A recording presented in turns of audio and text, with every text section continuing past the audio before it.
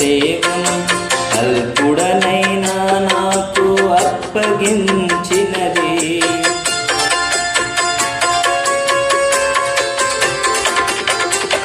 దేవదూతలే చేయని దివ్య సేవను అల్పుడనైనా నాకు అప్పగించినది. నీ కృపా నీ కృపా నీ కృపా ఇది నీ కృపా నీ కృపా నీ కృపా నీ కృపా ఇది నీ కృపా. ఈ స్థితిలో ఉన్నానంటే